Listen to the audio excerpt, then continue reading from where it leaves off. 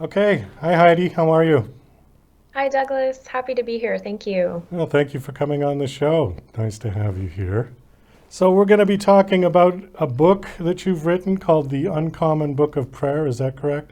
Yes. Okay. Before we get to your book, I'm curious about your backstory. I was reading through your bio, and it says that you're a psychosomatic therapist. Is that correct?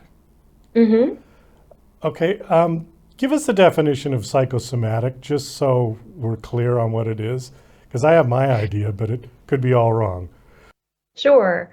So I'm trained as a mental health counselor, and I consider that my Western foundational training. And then I also utilize a modality called focusing, which is a type of somatic integration. So integratively, I'm working with verbal processing, talk therapy, like traditional psychotherapy, but I'm also bringing in a somatic element. So we're focusing on connecting with the body, building a relationship with what is happening in the body on physical and felt sensation levels. Psychosomatic uh, individual, or somebody that you would label as a psychosomatic, would be a mental health issue, wouldn't it? I mean, just by default? Well, in Western medicine, everything is very divided, and so you go to a psychiatrist for mental health issues. You go to a gastroenterologist if you're having digestive problems. But as an integrative practitioner, I'm also an herbalist, a registered herbalist, and I conceptualize health and wellness and also disease more integratively. So I see the interconnection between mind, body, and spirit, and also our environment and nature. This is more like Eastern type medicine.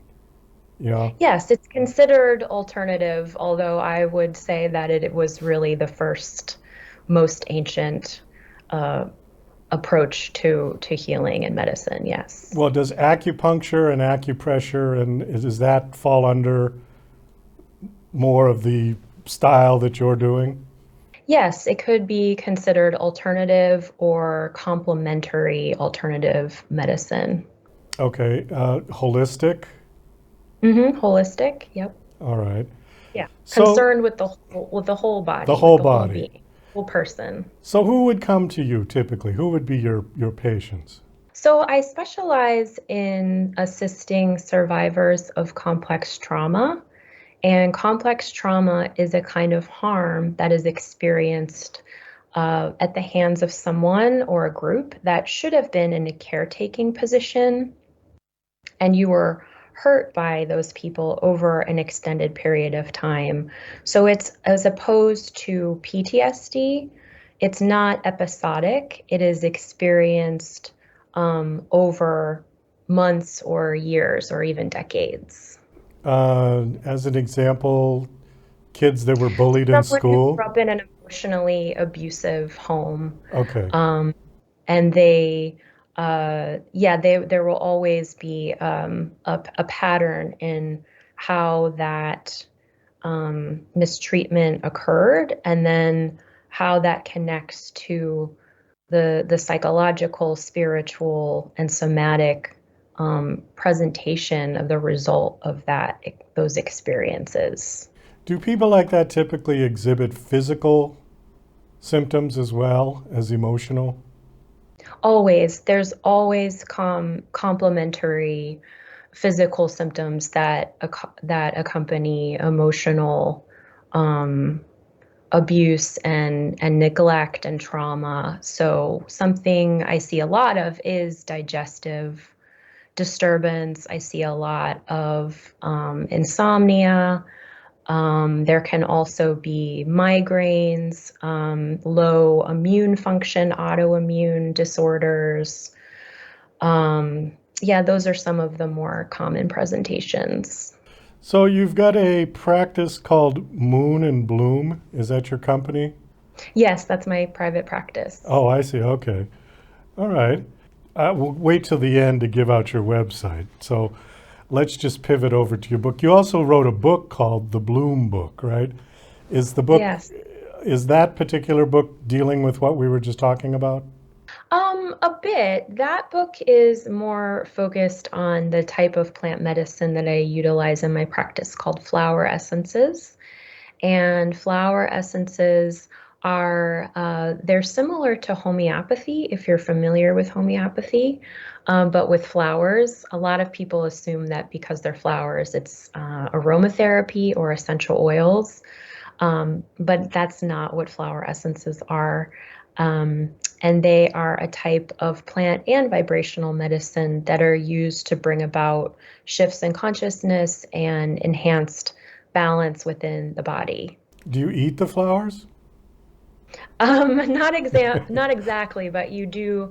They are distilled in alcohol and water, and then you take them orally. You take drop dosages Oh, of I see. them. So it's the oils from the flower, It's not not oils. oil? It's actually they're distilled into brandy and water. Oh, interesting. Okay. Yeah. Well, let's do a hard pivot over to your latest book, which is called In the Uncommon Book of Prayer. Now, why did you decide to write a book about prayer? Because immediately when people hear prayer, they're going to think of religion. And I'm not sure that that's where you're going with this, is it? No, I'm not. I'm not going towards religion. I'm certainly including it, but I'm much more interested in working with prayer and its applications in a more secular sense, so non-religious, but also that space between um, religious and not religious that is still spiritual, that is still sacred. Um, so it came about during COVID when I was launching my first book into the world. It was a very challenging time. Like many of us, I was navigating my own personal turmoil and also trying to show up for my clients and my community. And I was leaning more heavily into my spiritual and healing practices. And this is where prayer started to emerge for me, and it was tremendously supportive and creating some very interesting and magical shifts in my life. And I started to become more curious about it because um, even though prayer is such a vast topic, it is something that every culture throughout history has a relationship to. I think, and I found this in my research too, and talking with people that there's just a lot of negative association with it. There's also a lot of ambivalence. Um, and so it seemed like this was a very interesting body of work to start exploring. On your bio, it says that prayer is a loaded word. Is that what you mean by that? That when you mention the word prayer, people immediately go to religion?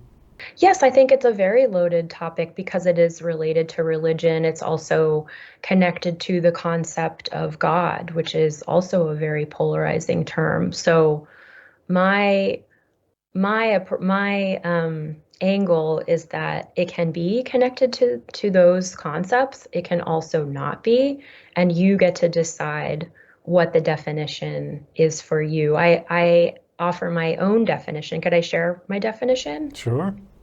There are many definitions for prayer, and I define it as an active agreement that you make between your soul and the divine, whatever that means to you.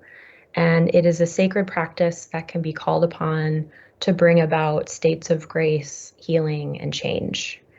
So I'm hoping that with that definition, it is more inclusive and accessible to people, and it also honors the many definitions throughout many traditions and eras. Well, one of the interesting things about prayer is that all of the major religions of the world embrace prayer. That is universal amongst all of them.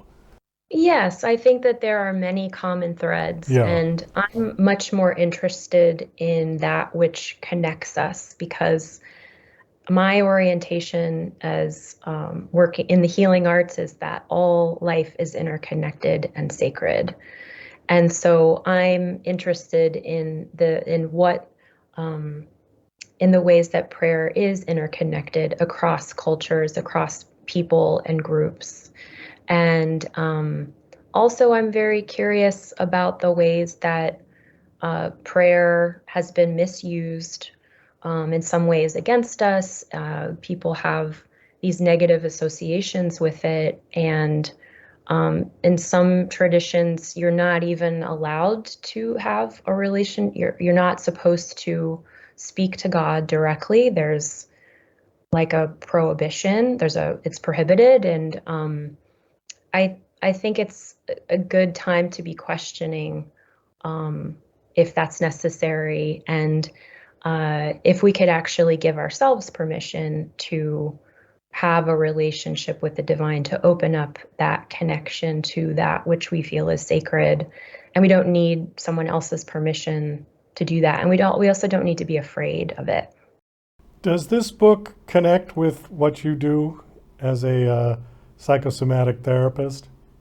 Is there a connection? Yeah. Absolutely. I always ask for permission when working with a new client, but I do begin each session with a prayer and a grounding meditation. I feel that that is essential for creating the container that we're working within.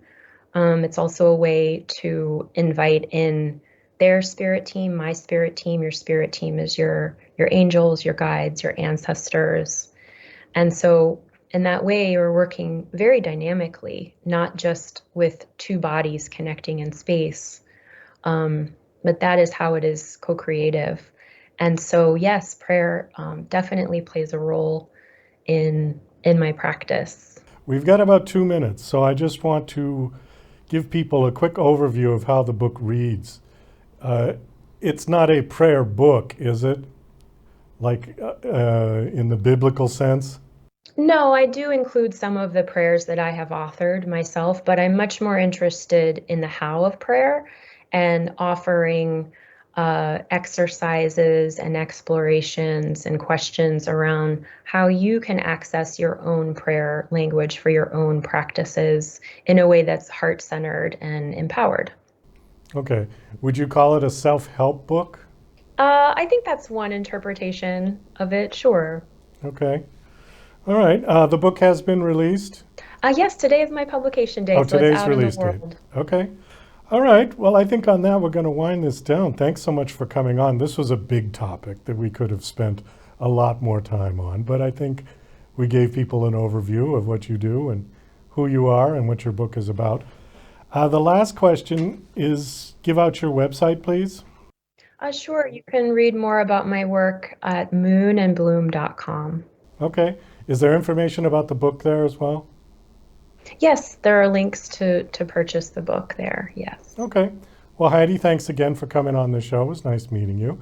Best of Thanks luck so with the much, book. Douglas.